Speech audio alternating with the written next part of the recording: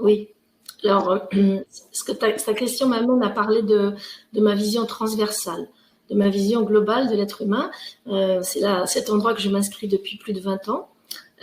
Sait-on que nous sommes une âme, nous sommes incarnés dans la matière, et donc nous avons des programmes, j'appelle ça comme ça, des programmes en nous qui viennent soit des vies passées, qui viennent de ce que nous avons vécu dans les premières années de notre vie, dans notre éducation, et qui viennent également de tout ce qui se passe dans la société dans laquelle nous sommes.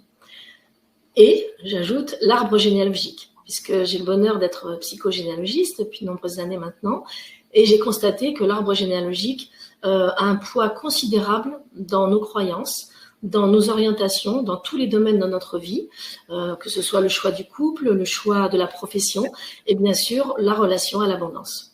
Donc en fait, mon approche, elle concerne ces différents domaines, dans tous les domaines de notre vie, donc le domaine de l'abondance, bien sûr, savoir qu'en nous, nous avons des croyances limitantes, sabotantes, qui viennent soit des vies passées, soit de l'arbre généalogique, soit de l'éducation et de la société.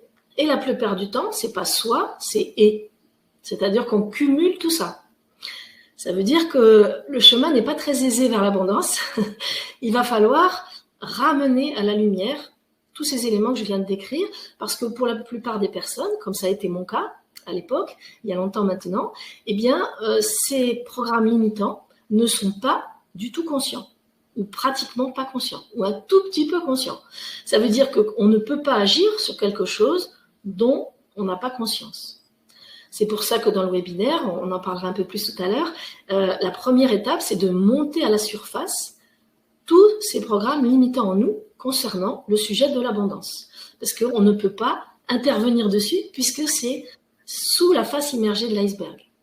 Donc mon travail dans un premier temps, ce que j'appelle l'état des lieux, des croyances limitantes, c'est vraiment de faire remonter à la surface tous ces sabotages, et il y en a, mais des quantités industrielles. Ça fait 10 ans que je donne mon stage et je suis toujours sidérée de voir le nombre d'obstacles qui se présentent sur notre route à la faveur du karma, de l'arbre ou de l'éducation. Et je vois les personnes, je dis, mais comment tu pourrais aller vers une abondance avec autant de croyances sabotantes? C'est incroyable.